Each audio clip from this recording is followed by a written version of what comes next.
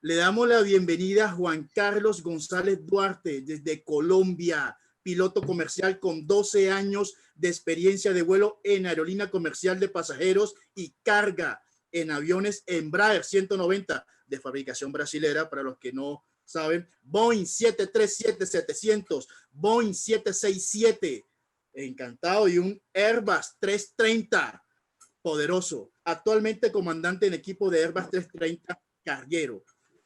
¿Qué tal? Bienvenido, piloto, comandante. Hola Jan, ¿qué tal? Muy buenas tardes y muy buenas tardes para todos. De verdad, muchas gracias por la invitación, gracias a Aeroaprendizaje, a Mauricio y a todos ustedes. Y para mí es un placer estar aquí hoy compartiendo con ustedes. Saludos, Juan Carlos. Saludos, David, ¿cómo estás? Ahí comenzaron los saludos entre pilotos y controladores. Todo está muy bien. Y por el otro lado tenemos a Mauricio Salcedo, también desde Colombia, controlador de tránsito aéreo con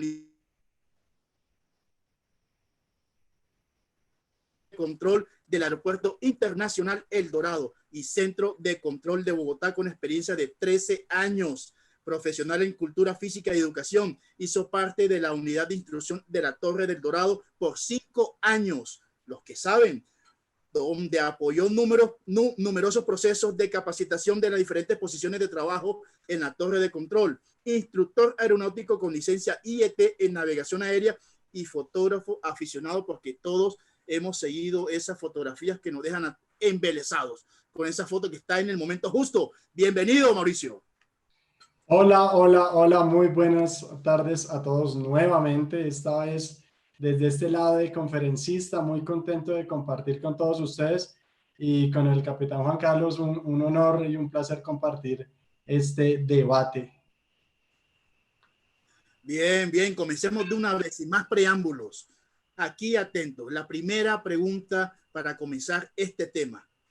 ¿Cómo analizan ustedes el trabajo en equipo entre pilotos y controladores? Y no me vengan a decir que es armonioso, porque yo he estado presente allá en la Torre de Control del Dorado y me he dado cuenta de ciertos episodios que algunas veces, obviamente, por la enorme cantidad de trabajo, se vuelve estresante, y eso nos estresa a ustedes, tanto a pilotos como controladores. Adelante, capitán Juan Carlos. Bueno, muchas gracias, Jan. Bueno, claramente como lo estás diciendo, el trabajo entre pilotos y controladores es un trabajo en equipo. Obviamente, la operación no va a ser posible si alguna de las dos partes está faltando, ¿cierto? Los dos juegan un papel de suprema importancia para poder realizar todas las operaciones aéreas de un aeropuerto y de un país entero. Claramente, digamos, si lo lleváramos un poquito más al tema de factores humanos, el tema de relacionar dos individuos que están trabajando en un ámbito completamente diferente, que no se están viendo, que tienen que comunicarse a través de un radio, sí puede generar en muchas ocasiones algo digámoslo, de estrés o posiblemente algo de falta de entendimiento entre los dos, ¿cierto? Que muchas veces puede generar los choques o las conversaciones de las cuales estabas hablando ahorita en un momento, ¿cierto? Pero realmente, como te lo decía en un principio, pues se trata de un trabajo en equipo, se trata de una cooperación mutua y se trata básicamente que o sea, los dos, al estar en un espacio completamente distinto, tenemos una perspectiva muy diferente de lo que puede estar pasando a nuestro alrededor. Claramente un piloto está concentrado en su cabina, en sus procedimientos, en sus listas de chequeo, y al mismo tiempo tiene que estar pendiente de la comunicación, de lo que va a decir y posiblemente lo que va a escuchar de un controlador. Mientras que el controlador en su silla, asumo yo, pues tiene una visión más global de todos los aviones, de todo el tráfico que se está moviendo alrededor del aeropuerto, y obviamente con el cual él tiene que organizar y trabajar. Muy bien, lo han dicho, desde su silla, cómodamente, allá viendo el panorama, viendo el paisaje. Eso es lo que nos han descrito. ¿O es o no es así, Mauricio Salcedo? Yo pienso que la vista que uno tiene desde una torre de control es una vista muy bonita. pero tanto como que sea cómoda, no estoy tan de acuerdo con Juan Carlos. Y, obviamente, la tripulación en su vuelo tiene que estar pendiente de su vuelo, de su avión, de realizar todas sus listas de chequeo y todas sus tareas que sabemos que no son pocas. Tiene que tener su trabajo en equipo en la tripulación ahí, cabina, piloto, con auxiliares de vuelo, con personal de carga, con personal en tierra. Pero nosotros debemos manejar 10, 15, 20 vuelos al mismo tiempo. Entonces, nuestra atención no está enfocada en un solo avión, sino está en varios aviones. Dependiendo del espacio aéreo que estemos controlando o el espacio del aeropuerto que estemos controlando, las tareas son diferentes. Yo siempre he hablado de algo que se llama los silencios en frecuencia. Esos silencios que para la otra parte parecieran ser molestos y pareciera que uno está cómodamente sentado y no haciendo nada. Y yo puedo llamar a un piloto y el piloto no me responde. Y pues, pero ¿por qué no me responde? Señor, usted tiene que estar acá pendiente de mi frecuencia. Sí, tiene que estar pendiente, pero también yo debo ser consciente que él está haciendo muchos procedimientos. Viceversa, el piloto llama, por ejemplo, lo remolcaron para la pista de despegue y yo no le contesto y la frecuencia está en silencio. Él puede interpretar que yo estoy echando chisme con el compañero de al lado. Puede pasar. Y llaman y ya en un segundo o tercer llamado cambia ese tono de voz, ¿no? Ya es como agresivo. Entonces aquí hay algo muy interesante y a ver, Capi, si usted está de acuerdo con esto. Yo siempre he hablado de un ego entre controladores, el ego del controlador y el ego del piloto. Yo no sé cuál de los dos puede estar más alto en una conciencia de operación, en un ambiente no sano. Como que no, yo soy el controlador, no, es que yo soy el piloto. Entonces, cuando no se conectan, cuando no hay ese trabajo en equipo que hablaba el Capi al principio, pues va a ser muy complicado. Entonces, es empatía por la otra persona, ¿no? Pero, ¿qué opina usted del ego, Capi? Bueno, pienso que estás hablando de un tema muy importante y radica en algo que mencionaste y es tal vez el desconocimiento que pueda un piloto tener sobre el trabajo de un controlador. Asimismo, el trabajo, o sea, el controlador en su puesto de trabajo, que también tiene bastantes tareas por hacer, el desconocimiento de lo que pueda estar pasando en la cabina en un determinado momento. Eso es un hecho y eso pasa mucho. Ahora, en el tema de los egos particularmente creo que se vive tanto en las torres de control como en las cabinas, exactamente como lo acabaste de mencionar. Es que yo soy el piloto, es que yo lo estoy llamando, es que me está generando demoras, ¿por qué no me contesta? ¿Por qué si yo llamé de primero, por qué le tiene que contestar al otro primero y darle la instrucción al otro primero? ¿Cierto?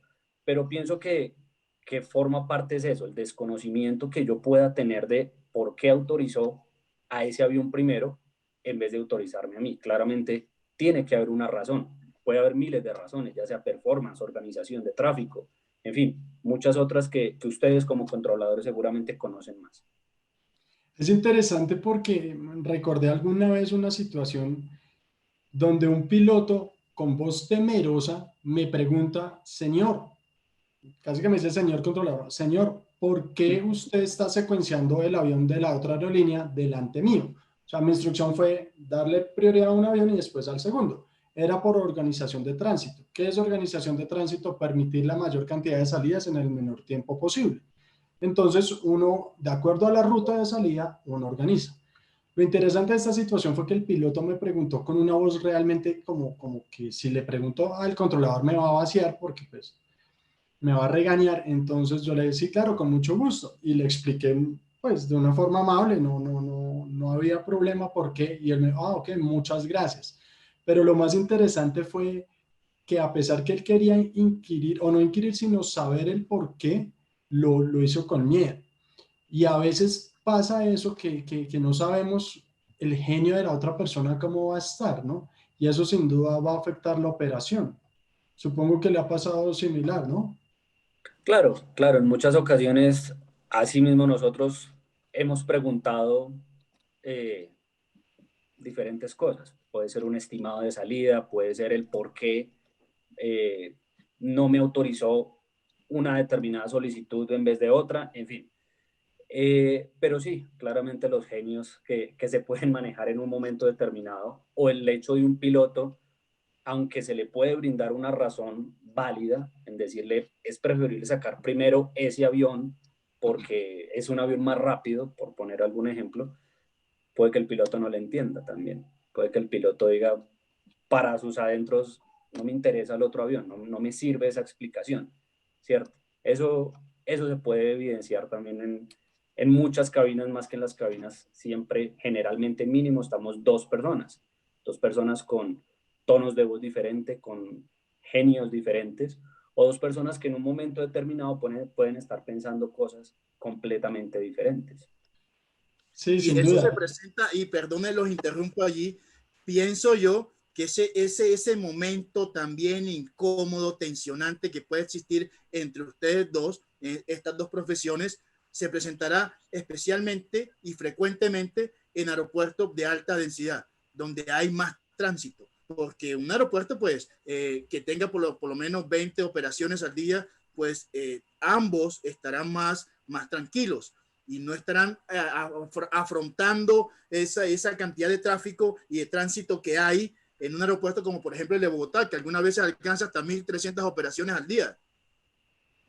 Sí, sin duda, el escenario es diferente, ¿no? El Dorado en particular tiene momentos de mucho tránsito. Bueno, antes de toda esta situación que estamos viviendo, tenía momentos de mucho tránsito y realmente la presión para el controlador era mucha y también para los pilotos porque entendemos que ellos deben cumplir sus itinerarios, ¿no? Entonces, pues todos quieren salir a la hora que están proponiendo, pero pues no pueden salir todos. Entonces, eso ya genera una carga y eso se transmite en la frecuencia. No es lo mismo que yo esté en el aeropuerto pequeño controlando un solo avión y que podamos incluso hablar de otras cosas en la frecuencia. En aeropuertos de mucho tránsito y el Capi que vuela por todo el mundo, seguramente ha visto que cuando hay mucho tránsito es al pan pan y al vino vino, o sea, no hay opción de. Pero en una de esas situaciones que uno no puede hacer las cosas como la otra persona la está esperando, hay enganches en la frecuencia, hay discusiones en la frecuencia. Y una discusión en la frecuencia, creo yo, es lo más ridículo que puede haber. Y yo he discutido en la frecuencia. Y después caigo en cuenta y estoy perdiendo tiempo y necesito solucionar y seguir moviendo aviones. ¿O no? ¿Qué opina usted, Capi? Claro, realmente las discusiones en frecuencia claramente son muy inoficiosas, o sea, no tiene ningún sentido yo ponerme a pelear con una persona que está haciendo su trabajo y que, como les dije en un principio, para mí es muy difícil saber lo que el controlador puede estar pensando o las razones por las cuales está dando determinadas instrucciones.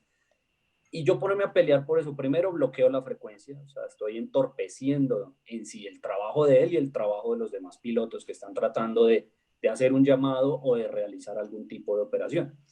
Y segundo, muchas veces entre los mismos pilotos hablamos y decimos, enganchar una pelea con un controlador es enganchar una pelea perdida, o sea, claramente el controlador es el que finalmente me va a decir si estoy o no autorizado a hacer algo. Es decir, Entonces que usted está realmente designado. no tiene ningún sentido decirle al controlador con alguna mala palabra nada, sabiendo que él fácilmente y sin necesidad de explicarme, me puede decir no es posible en este momento.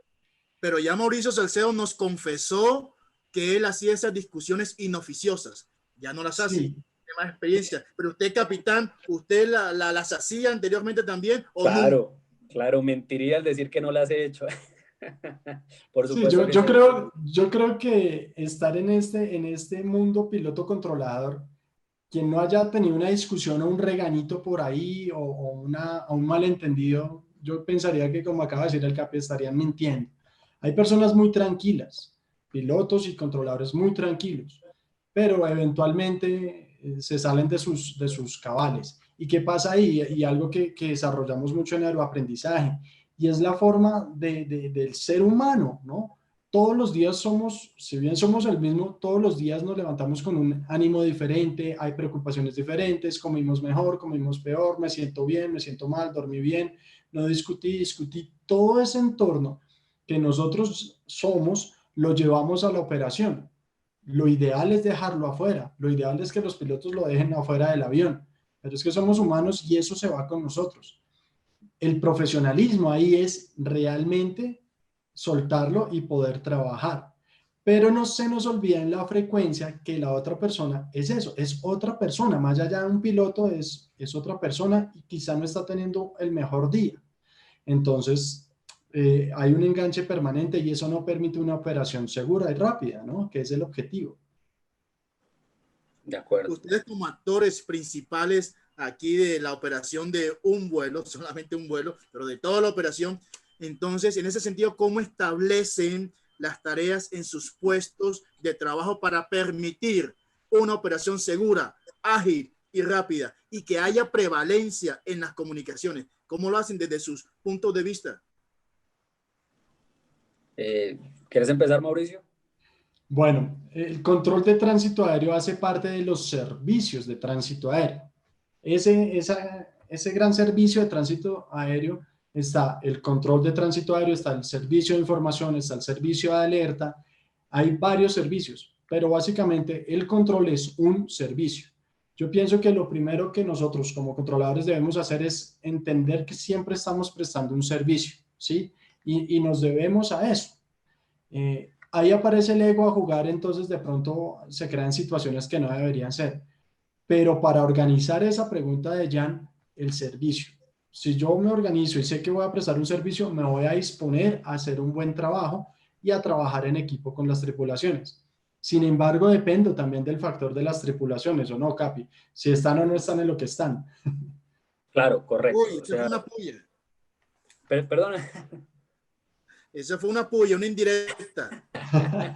No, completamente de acuerdo. O sea, desde el punto de vista de una tripulación, de un piloto, desde el momento en el que uno es notificado para un vuelo, ya empieza en sí una preparación y va uno preparado a hacer diferentes procedimientos. Cada cosa que uno hace en la cabina no es al azar.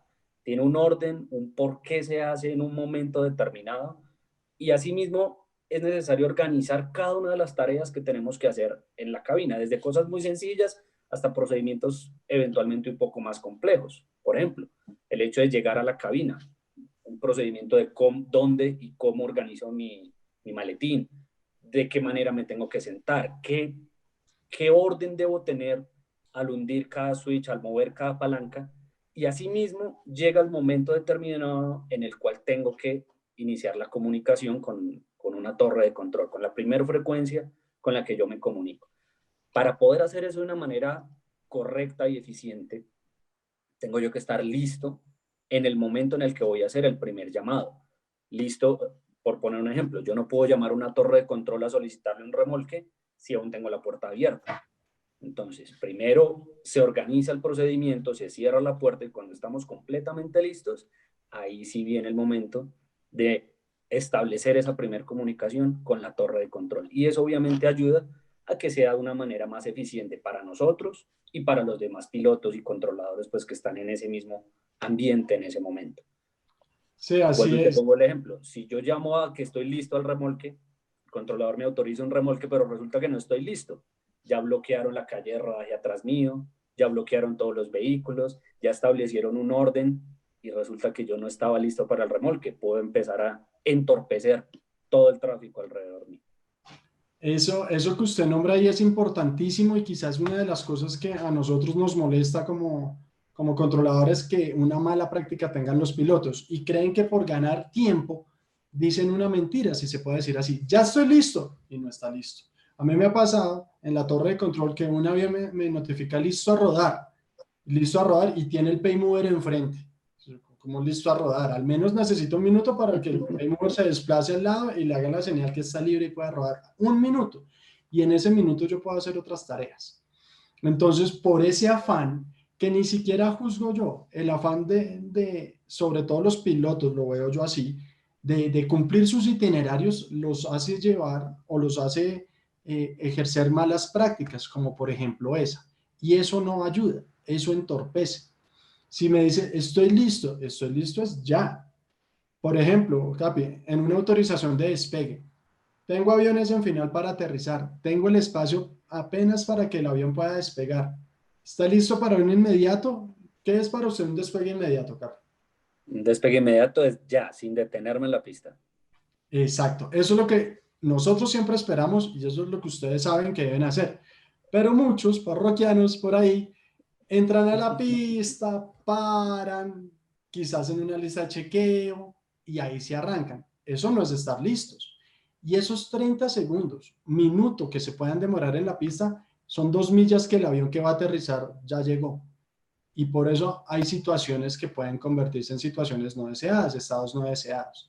Entonces es eso, es Y como, por eso es una también, conciencia. y por eso también ahí he visto muchas úlceras ocasionadas en el equipo de controladores aéreos. Pero si le dije autorizado a despegar, ¿por qué no despega? Y ya viene el otro aproximando y están de un genio, caray, que pasa justamente ese ejemplo es típico.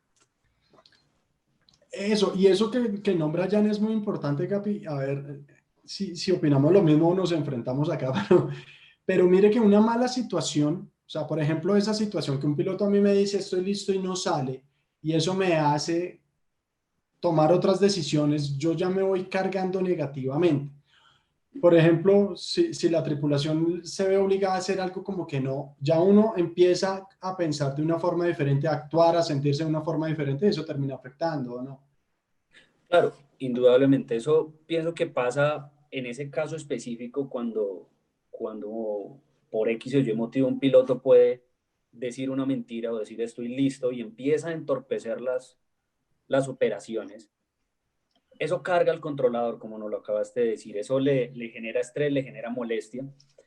E igualmente ha habido casos y pasa eventualmente al revés, en donde nosotros cuando estamos rodando, por ejemplo, preparando un despegue, estamos rodando usualmente por procedimiento, uno puede rodar con un solo motor y en la mitad del rodaje se enciende el segundo motor. Eso ahorra combustible, eso ahorra tiempo, beneficia la operación de diferentes maneras.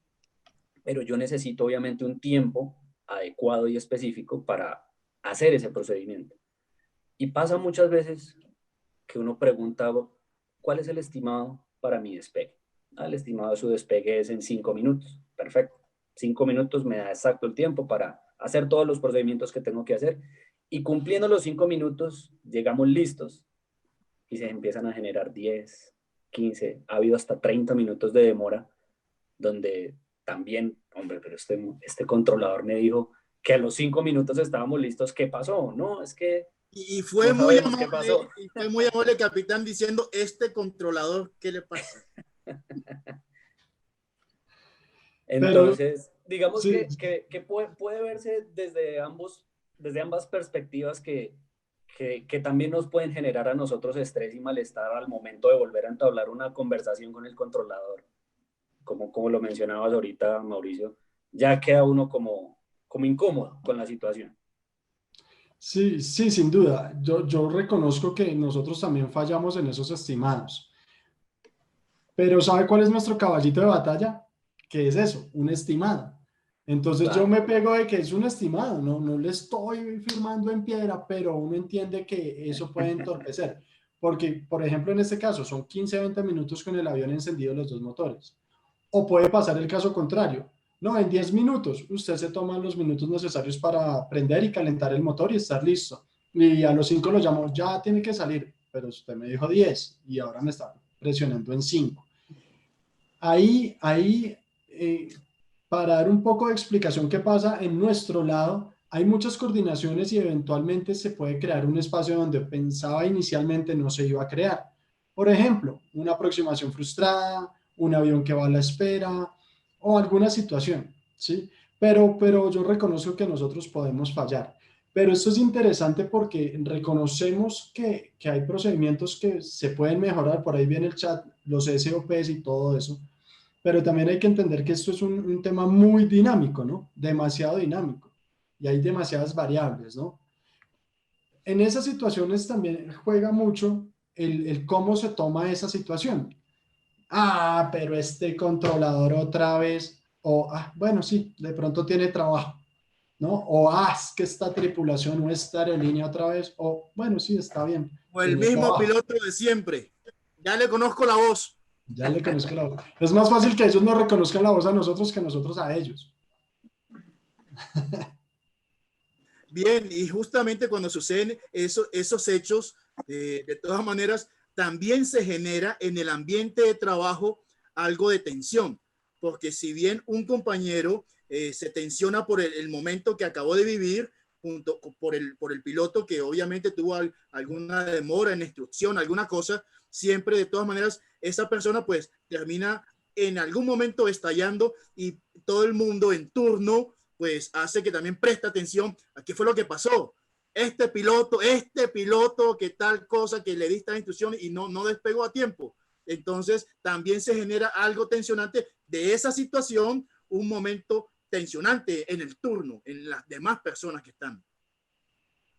Sí, así es. En la torre de control puede pasar eso, que algún controlador tiene una discusión, pero es quizá tan fuerte que esa mala energía contamina al turno, entonces termina siendo el turno todo tóxico, por usar un término actual, ¿no? Entonces, no sé si en la cabina pasa que son dos o tres, puede ser ahí en la cabina de mando, pero si uno tiene una actitud negativa, ¿el otro también o no se contaminan tanto? Claro, no, eso puede pasar y pasa, creo yo que más seguido de lo que cualquiera se pudiera imaginar. Obviamente, eh, puede uno acudir, digámoslo así, al profesionalismo, en decir, así yo no me lleve bien con esta persona por la razón que sea, o así esta persona haya llegado en una actitud incómoda, de disgusto o eventualmente de cansancio, porque se manejan horarios muy pesados también. Pero parte del profesionalismo de uno es tratar de manejar eso, tratar de no contaminar, como lo dice Mauricio, a las demás personas que pueda tener conmigo en el avión, o al controlador, o al despachador, o a las personas que atienden el avión, ¿cierto? Cuando uno va a iniciar una operación, hay mucho personal alrededor del avión trabajando en diferentes cosas que en algún momento tienen que tener comunicación con el piloto para diferentes procedimientos. Y contaminarlos a ellos de una mala manera muy seguramente va a hacer que no trabajen o no rindan de la manera que uno pudiera esperar, ¿cierto? Es muy sencillo el ejemplo que si yo tengo a mi lado en la cabina una persona y la estoy maltratando, la estoy hablándole mal por la razón que sea, y eventualmente yo la llego a necesitar a esa persona concentrada para un procedimiento, puede que no la tenga. Puede que la concentración de esa persona no vaya a ser eficiente cuando más la esté necesitando. Entonces sí es importante tener eso pues muy en cuenta, que si se llega a tener un mal momento o una discusión, aunque a veces es difícil, sí es preferible como, bueno, ya pasó, quedó atrás y vamos a concentrarnos en el trabajo que tenemos que hacer. Y aunque Es ustedes tratan de importantísimo. llevar una discusión sana, armoniosa, a la luz de todos, pues aquí en el chat la gente está obviamente escribiendo, pues unos a favor, otros en contra. Por ejemplo, Carolina Lozano dice, de alguna forma los controladores son nuestros ojos. Excelente charla, 7-3. Capi, le mandan saludos. Y escribe también Harold Bolaños. Escuchen esto. ¿Listo a salida inmediata? Afirmo. Rueda, posición y mantenga.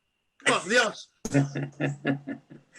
Hay explicación, hay explicación. Mire que también la gente comenta, porque dice también Andrés, y energía, lo que comentaba Mauricio Salcedo, y energía negativa también del que pueda frustrar la aproximación por el que no hizo el despegue inmediato.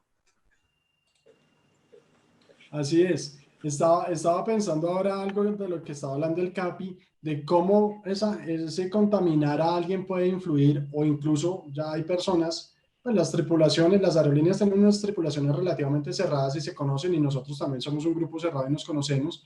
Y alguna vez hubo una situación que un controlador que se llevaba mal con otro controlador sabía que lo iba a reemplazar. Nosotros también tenemos unos protocolos para entregar el puesto y entregar todo lo que está evolucionando en ese momento en ese espacio aéreo. Y este controlador lo que hizo, al ver que venía el otro, simplemente se paró y se fue. Y llegó el otro y siguió controlando sin saber qué estaba pasando, y hubo un incidente. Entonces, eso incluso pasa dentro de los mismos grupos de trabajo, ¿no? Dentro de los mismos colegas. Es muy, muy interesante. y si se quiere preocupante o beneficioso el trato que uno tenga con su entorno, ¿no? Y no intoxicar, ¿no? Trabajar para eso. Aquí para responder esta pregunta de Harold, porque uno pregunta si está listo para una salida inmediata y le dice a rodar a posición y mantiene. Porque está el espacio, solo está el espacio necesario para permitir la salida. Entonces yo necesito que en el momento que yo le diga autorizado a despegar, ya esté acelerando. No es, ok, y hace una lista de chequeo. No, está listo, listo. Entonces rueda posición y mantiene y prepara inmediato. Esa es la explicación, pero suena raro, ¿no, Capi? Claro, claro, suena por lo que hablábamos ahorita, un despegue inmediato es ya, no le dicen, ¿está listo por inmediato? Listo, pilas todo el mundo que ya, nos vamos. No, no, tiene que esperar, hombre, bueno, Sí. pues esperamos. Sí, sin duda es así. Ya, el micrófono, Jan. ¿Creen ustedes que entonces mantenerse actualizado y en constante capacitación, esto puede mejorar el trabajo en equipo entre pilotos y controladores, puede alivianar las cargas? Capi, ¿qué nos cuenta? Bueno, claramente estar actualizado, como ya lo había mencionado también antes por ahí alguien, es supremamente importante para cualquier operación aérea que se vaya a hacer. Usualmente los procedimientos, cualquier tipo de procedimientos, ya sea operacionales en una cabina, me imagino que operacionalmente en una torre de control también, o la fraseología que se va a utilizar para un llamado determinado puede ir cambiando a medida que pasa el tiempo, a medida que se van teniendo más recursos, tanto en cabinas como en torres de control o en centros de control. Y la fraseología, más que todo, está descrita también en muchas circulares y muchos procedimientos, cómo va evolucionando y cómo va cambiando, ¿cierto? Hay algunos aeropuertos del mundo que para entrar a operar en esos aeropuertos describen una manera de comunicarse específica. No puede ser diferente, no puede ser la que uno utiliza regularmente, digamos, en el aeropuerto El Dorado o en cualquier otro aeropuerto de Colombia. Y el no hacerla tal cual como ese aeropuerto específico la pide, puede empezar a generar problemas, puede empezar a generar demoras en las comunicaciones. Eso ocurre más que todo en aeropuertos muy congestionados, en donde el llamado tiene que ser claro, específico, ágil y en un momento específico, no puede ser de otra manera.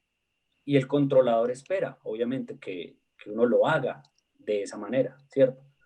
Es lo mismo, por ejemplo, si nos ponemos a ver los procedimientos de baja visibilidad en el aeropuerto El Dorado particularmente. Hay procedimientos muy específicos que el piloto tiene que cumplir y que el controlador espera, obviamente, que se cumplan más, asumo yo y me imagino más que todo cuando no nos están viendo, ¿cierto? Entonces, claramente cada procedimiento que se va a hacer, cada operación requiere algo de preparación, algo de lectura, algo de estudio, para poderlo hacer de la manera correcta. Sí, así es, Capi. La capacitación, para responder la pregunta de Jan, es fundamental, tanto de pilotos controladores en este espacio que estamos hablando.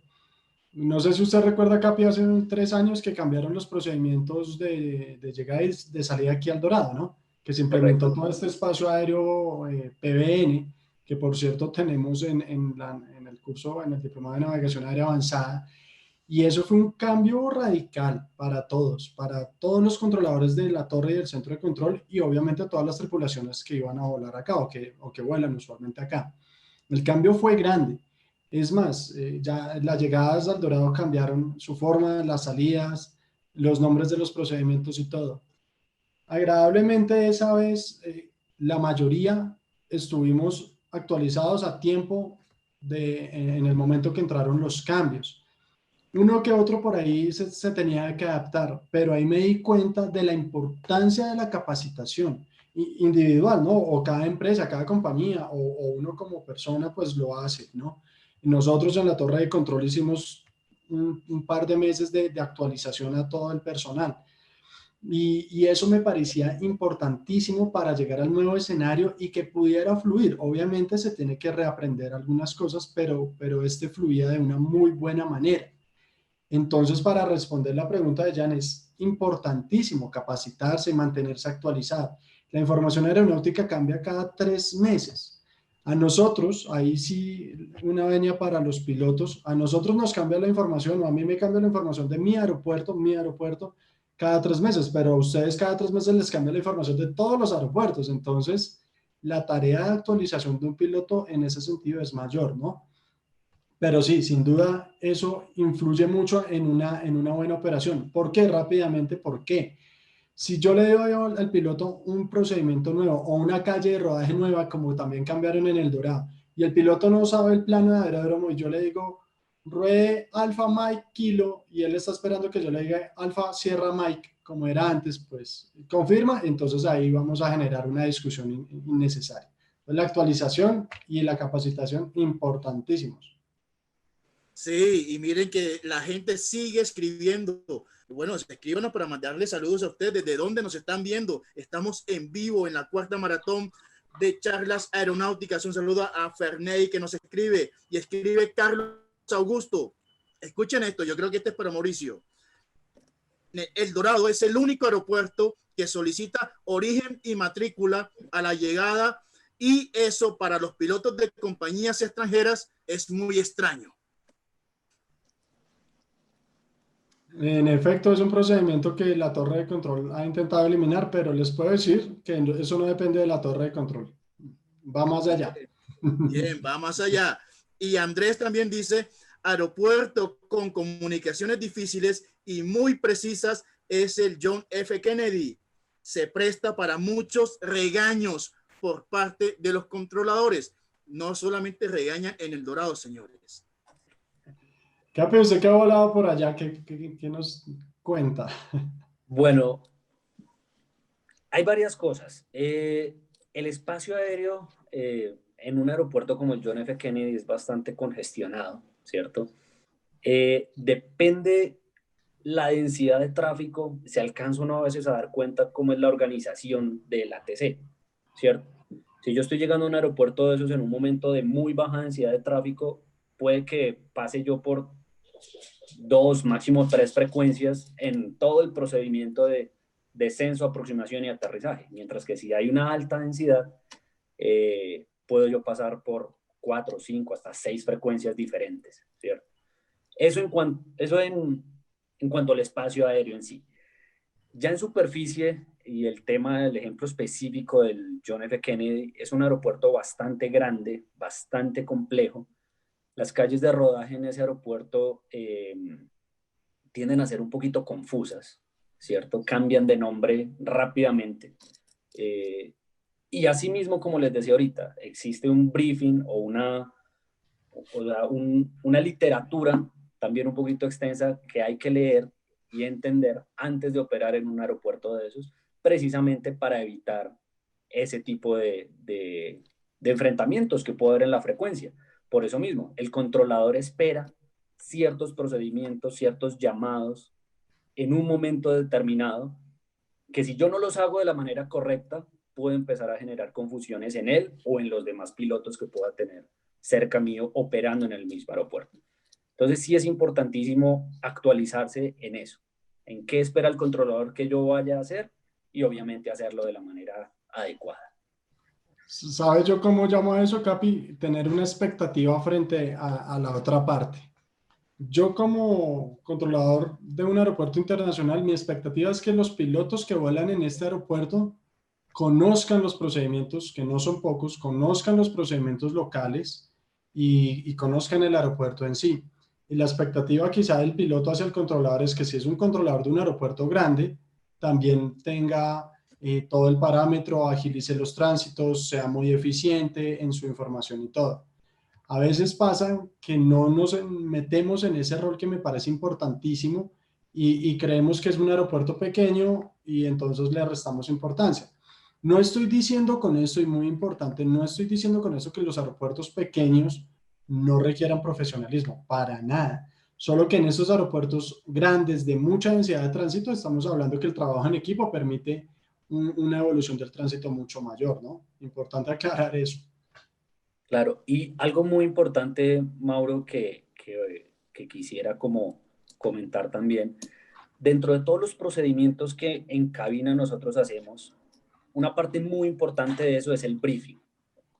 Mucha gente, digamos, puede que le reste importancia al briefing cuando se opera en un aeropuerto al que regularmente vamos, porque ya lo conocemos, porque ya sabemos de pronto qué nos van a decir o qué podemos esperar, pero realmente las cosas pueden cambiar en cualquier momento, ¿cierto? Entonces, el briefing tanto de salida como de llegada es bastante importante y forma una parte muy importante de los procedimientos que nosotros hacemos en cabina. Y básicamente, ¿qué es un briefing? En la cabina generalmente somos 2, a veces pueden ser 3 o 4. Y lo importante es que todos estemos claros y de acuerdo con lo que se va a hacer. Entonces, vamos a hacer un despegue del aeropuerto El Dorado por una pista determinada, vamos a hacer un procedimiento de salida determinado que ya no lo autorizaron y describir exactamente qué vamos a hacer y qué podemos esperar en un momento determinado, ¿cierto? Ahí en ese briefing se incluye también cuando hay operaciones especiales como NOTAMs, como cierres de calles de rodaje, o como lo hablamos ahorita, procedimientos de baja visibilidad, donde tenemos que hacer diferentes cosas para no estar, digamos, improvisando en la mitad del camino, preguntándonos qué era lo que había que hacer, o qué fue lo que dijo el controlador, o por qué esto está así. La idea es que los dos, o las personas que estemos en la cabina, todos tengamos claridad en los procedimientos que vamos a hacer.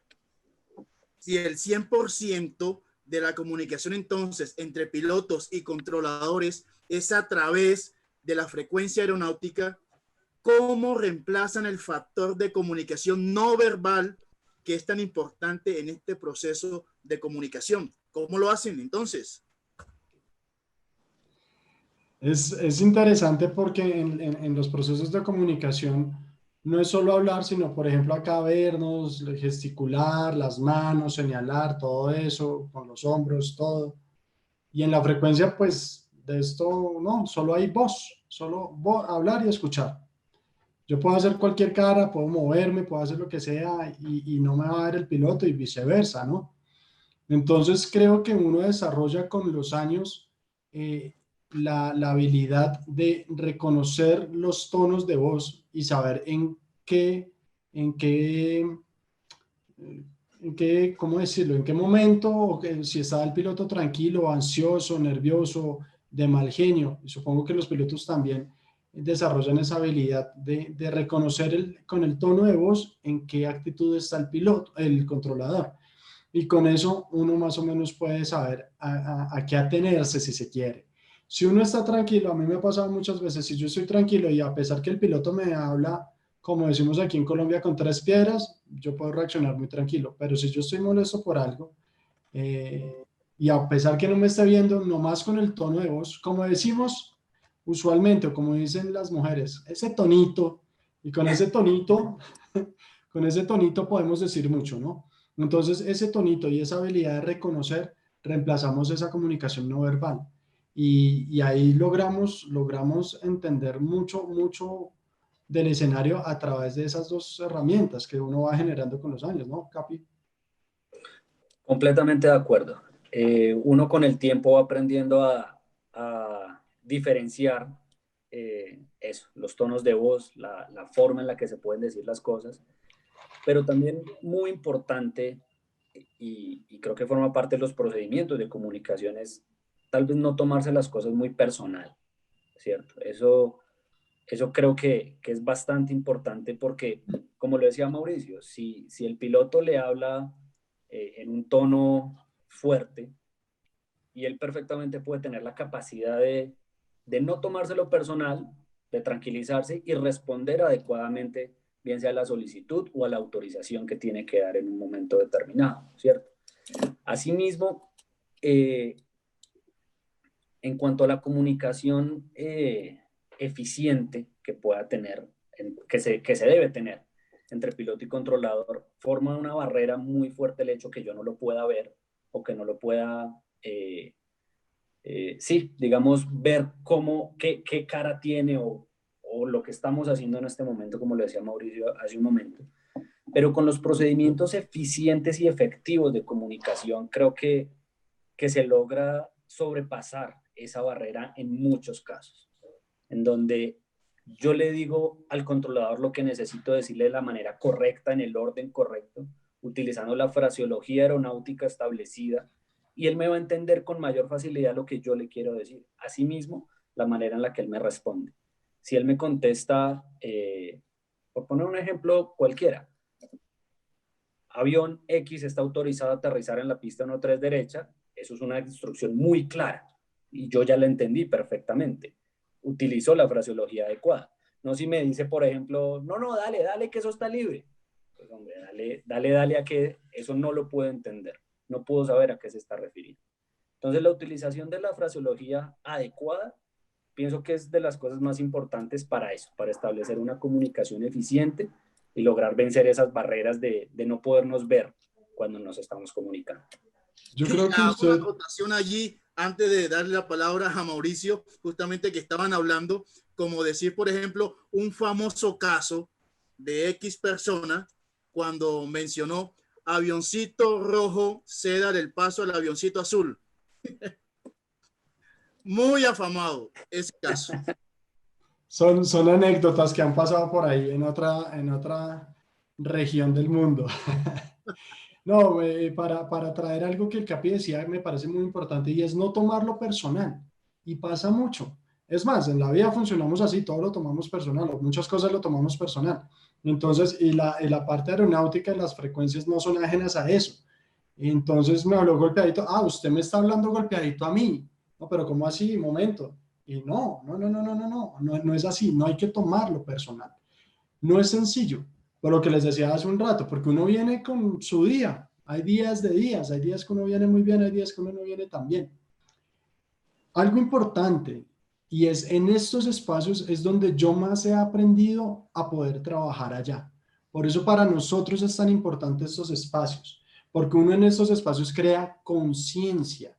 Y uno dice, oiga, sí, el CAPI me dijo en esa conferencia que tal cosa, o yo escuché el controlador, o ahora que estaban hablando de seguridad operacional, o la psicología, o sea, estos espacios realmente son muy enriquecedores y todo aplica lo mismo a esa operación segura y rápida y ágil que estamos hablando, a ese trabajo en equipo, porque generamos esa conciencia que nos va a permitir allá trabajar muy bien. Creo yo, ¿no, Capi?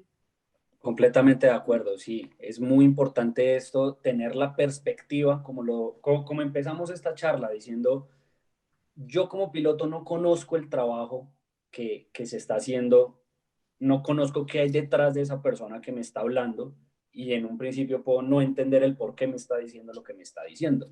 Ya sabiendo sus puntos de vista, ya puedo entender, digamos, eso, que puede ser que el tono de voz no sea en contra mía y Exacto. con una mayor facilidad puedo tranquilizarme y contestarle profesionalmente y como lo dice la regulación, que debo contestarle. Exacto. Es muy importante conocer esos pequeños parámetros de fraseología aeronáutica que no son muy difíciles, pero se nos olvidan constantemente. Correcto. Algo que sé que las aerolíneas y las autoridades aeronáuticas han intentado es permitir que pilotos controladores vuelen en cabina y pilotos vayan a las torres y centros de control. Ese es un ejercicio que justamente les iba a mencionar. No sé, ese ejercicio también pienso que debería ser importante y recuperarlo para que de todas maneras el controlador vea cómo es el trabajo del piloto en cabina y viceversa, y el piloto también suba a la torre para que también se dé cuenta. Exacto. Eso, pues obviamente en esta situación de pandemia que estamos, pues no se puede, pero creo que Capi ha tenido la oportunidad de estar en la torre, yo he tenido la oportunidad de viajar en cabina y yo cuando me siento ahí en el jump seat y veo la cantidad de procedimientos que hacen y que comunicar con el controlador no es la tarea por porcentaje que más hacen, yo digo, ok, los silencios en frecuencia son muchos, con muchos argumentos. No sé qué ha observado usted cuando ha tenido la oportunidad de acompañarnos. Bueno, gracias a Dios tuve la oportunidad de conocer sí, la torre de control como tal y en algún momento un centro de control radar. Y sí, o sea, definitivamente en muchas ocasiones, como les decía antes, que uno piensa, hey, pero ¿por qué me lo dijo así? ¿Por qué la instrucción es esta y no más bien la otra que a mí me podría parecer mejor? Pero entiende uno tal vez el porqué de esa situación. Ellos, como les digo, aunque sé que no es un trabajo fácil en lo absoluto, tienen una visión más clara de todo el entorno en cuanto a tráfico aéreo y conocen perfectamente qué se puede hacer y qué no. Conocen cuándo un avión puede despegar en un tiempo determinado y cuándo, aunque el piloto crea que puede hacerlo, realmente no se puede hacer. Y es un trabajo bastante interesante de coordinación, no solamente la persona que me está hablando, sino detrás de él hay no solo una persona, sino muchas más personas, muchas dependencias, muchos equipos también que ellos manejan para hacer el trabajo que hacen. A mí me parece importantísimo En algo Facebook, antes de darle la palabra a Mauricio, esta creo que es una pregunta para el Capi. ¿No hay oportunidad en algún momento de realizar un debriefing entre torre y aire? Bueno, eso sería bastante interesante, ¿cierto? Realmente no es una práctica que se haga con regularidad, ¿cierto? Ya el piloto aterriza, parquea su avión, se va, el controlador puede que siga un rato más en su turno, eh, pero sí existe esa posibilidad más que todo vía telefónica. Y se da, Mauricio también me corrige, cuando se presenta algún evento importante, cuando hay algo específico, tal vez salido de lo normal que se presentó durante el vuelo. Hay ocasiones en las que el controlador le puede decir al piloto: capitán, cuando aterrice, por favor, se comunica telefónicamente con nosotros y le hacen el comentario que se le tenga que hacer a modo de debrief. correcto. Eso ha pasado en muchas ocasiones y se hace de una forma constructiva. En esas llamadas nunca he visto que pase algo que no deba pasar, algún conflicto mayor o no. Siempre se hace desde una posición muy constructiva de las dos partes. Para ir concluyendo, yo pienso que esto es empatía. Saber que al otro lado hay otra persona y tiene sus responsabilidades. Y así como yo tengo mis responsabilidades y estoy ocupado, seguramente la otra persona también. Y no hay que tomarlo personal. Ha habido casos que pilotos inducen al controlador a errores y controladores inducen a los pilotos a errores. Alguna vez vi que un piloto me dice: yo puedo despegar con esa novedad en la pista porque había una novedad en la pista. Y yo dije: pero este señor es muy irresponsable porque él es el que va a despegar y me está sugiriendo que yo autorice esa maniobra. Me parecía muy equivocada esa actitud. Entonces, cuando uno actúa profesional, actúa tranquilamente y empáticamente, creo que la operación se da de una muy buena manera. Pensaría yo que esa es la conclusión de este debate, ¿no, Capi? Completamente de acuerdo, completamente de acuerdo. El tema es un ambiente de profesionalismo, pero también de respeto entre todos los que participan en la operación aérea, que obviamente la va a hacer más eficiente y más segura de esa manera, con empatía, con respeto y con profesionalismo. Así es. Bien, Muchas antes gracias. de irnos, quiero hacer un comentario también que nos hace nuestra compañera de presentación, Alejandra Cerezo. Dice: a veces también los pilotos creemos que los controladores lo hacen de mala fe o como venganza y ahora hacen que el avión se espere para despegar. Y dice también, y los controladores, que el piloto lo hace a propósito solo para fregar. Eh, yo puedo decir que eso no es así. No, yo no he visto que un controlador juegue con un vuelo. Puede haber un regaño en la frecuencia, pero de ahí a tomar alguna acción para castigarlo, no, sería muy irresponsable. O por lo menos yo no lo he visto. No sé si usted lo ha vivido, Capi, que si usted se ha sentido: me están castigando. Realmente, aunque lo puede uno pensar, sí, muchas veces uno dice: este hombre me la está cobrando, pero volvemos tal vez a lo del principio, no conocemos qué hay detrás o la razón por la cual me pueden estar autorizando algo o no. Entonces, sí, pues realmente ya, y más que todo, escuchándolo de un controlador profesional como Mauricio, que esas cosas creo yo que no pasan, no deberían pasar y no pasan. Y por el lado del piloto, pues tampoco nunca ni lo he hecho ni he presenciado que alguien más lo haga, ponerse a salirse de sus procedimientos o a hacer alguna práctica fuera de lo normal solamente por incomodar, bien sea a un controlador o a otro piloto. Creo que no es usual o no lo he visto realmente. Sí, sí, la operación en el mundo, pues ¿cuántos vuelos pueden haber al día en todo el mundo? Entonces, quizás esos comportamientos sí se pueden llegar a presentar, pero pues la invitación de todo este espacio es, seamos muy profesionales, ¿no? De acuerdo. Y parece ser que aquí se limaron unas presas. Aquí al finalizar esta charla hay unos nuevos mejores amigos. El capitán Juan Carlos González y el controlador Mauricio Salcedo. ¿Qué dicen ustedes?